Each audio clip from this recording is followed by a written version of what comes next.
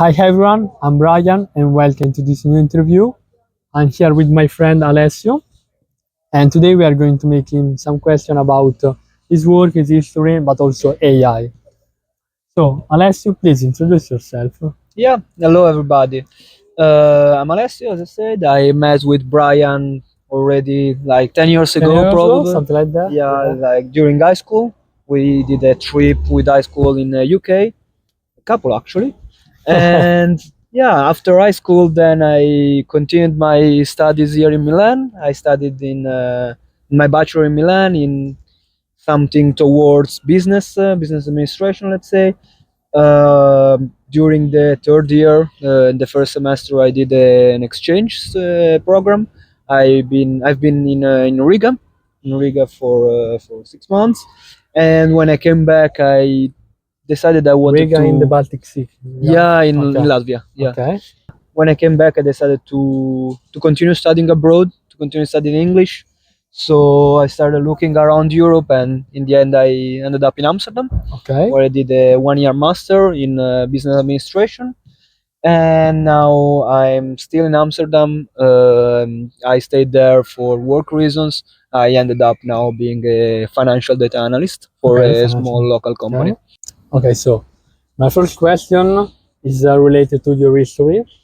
Do you think that studying abroad during your high school where we met, but also during your bachelor program with the exchange or Erasmus program has driven you to study for your master education abroad or even for work, towards work abroad, so outside Italy? Yeah, I would say, as I was just mentioning, the exchange program probably was crucial because during high school was more for studying purposes, so to get better speaking English. I was terrible at that. Not that I'm that proficient now, but still better.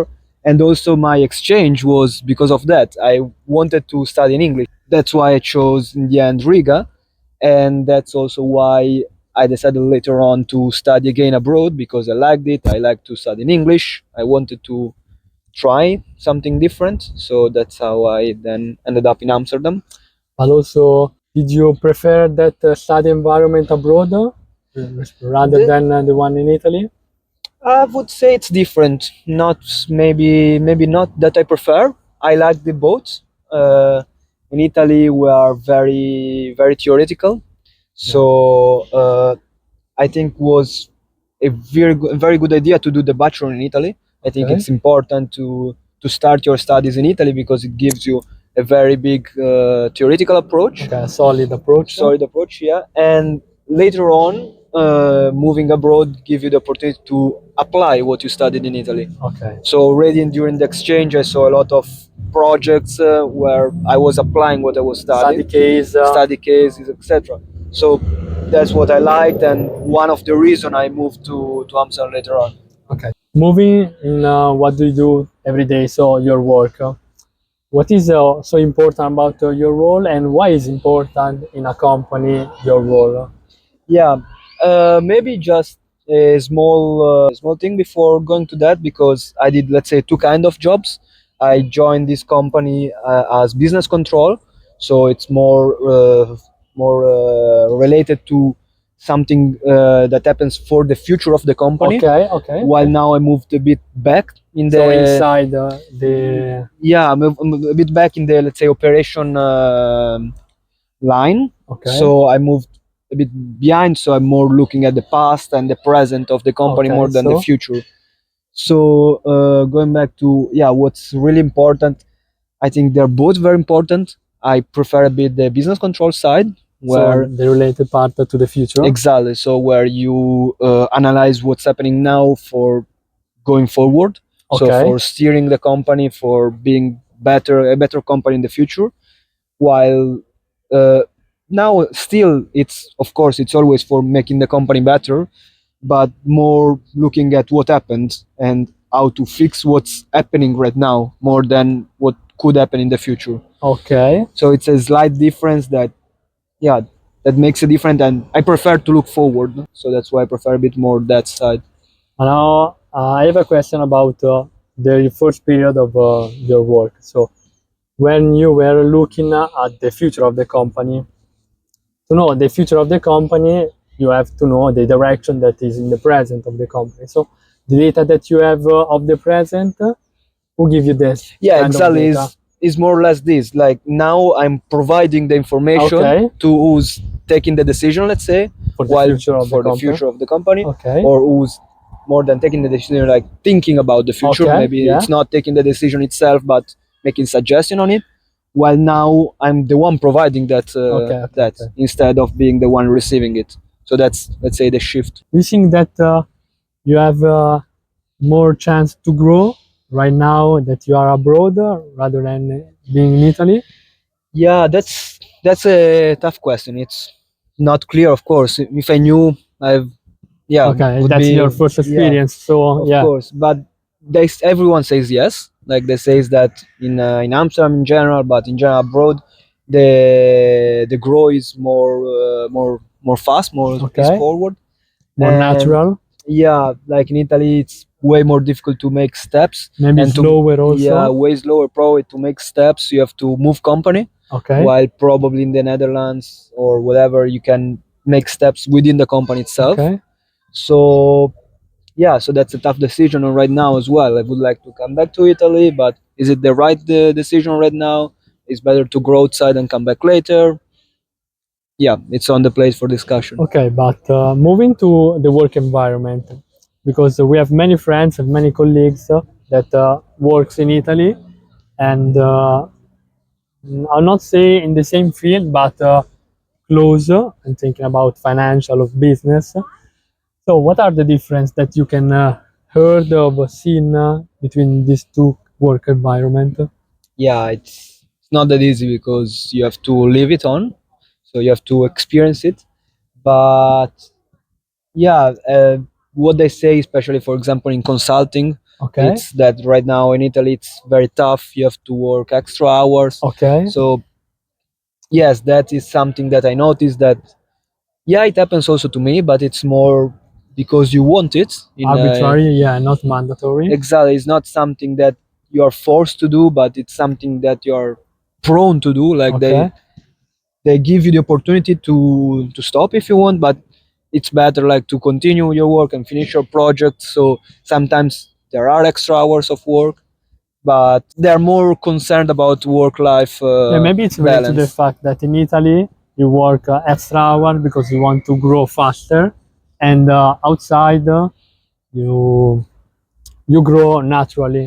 Yeah, it Without. could be related to that indeed. I haven't thought of that, but yeah, it could be because in the end, it's, yeah, as I was saying, the work-life balance is more important for them outside, especially in the Netherlands. They say is one of the top one for that. Yeah, that's true. So yeah, you could go for it and work extra hours, but in the end, if you're good in your job, in your 8 hours of job, you're gonna grow anyway. And Okay. in Italy, maybe not. Now I study engineering, as you know, and many of my colleagues are going to be a data analyst.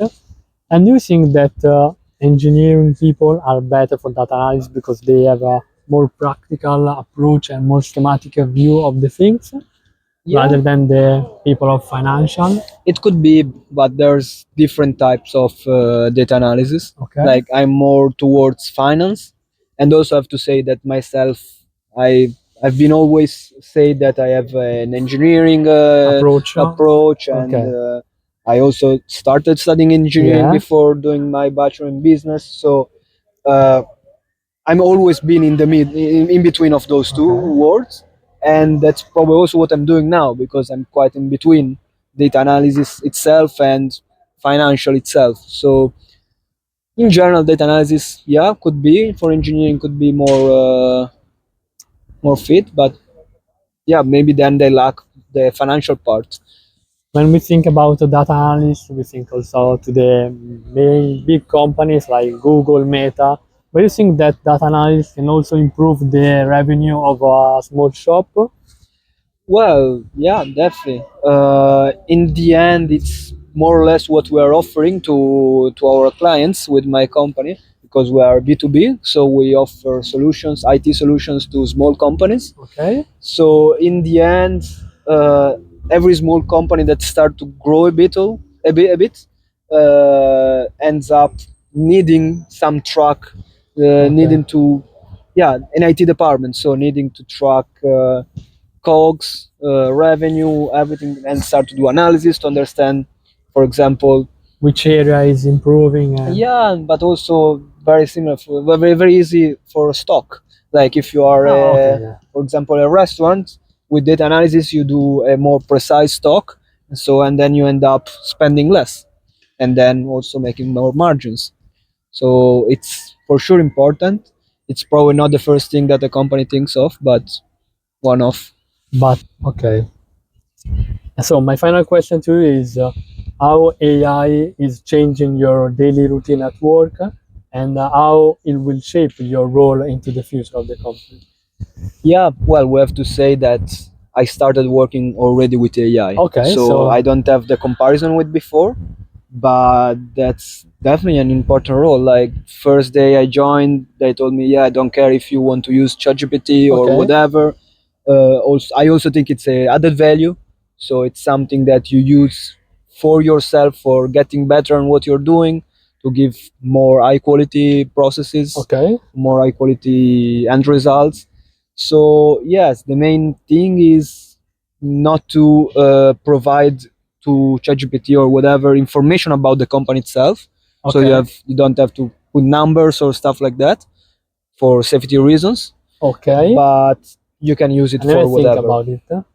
Yeah, because now there's also the DeepSeek thing. I don't Yeah. know if you heard that they probably stole data from ChatGPT. So for privacy, it's not the better.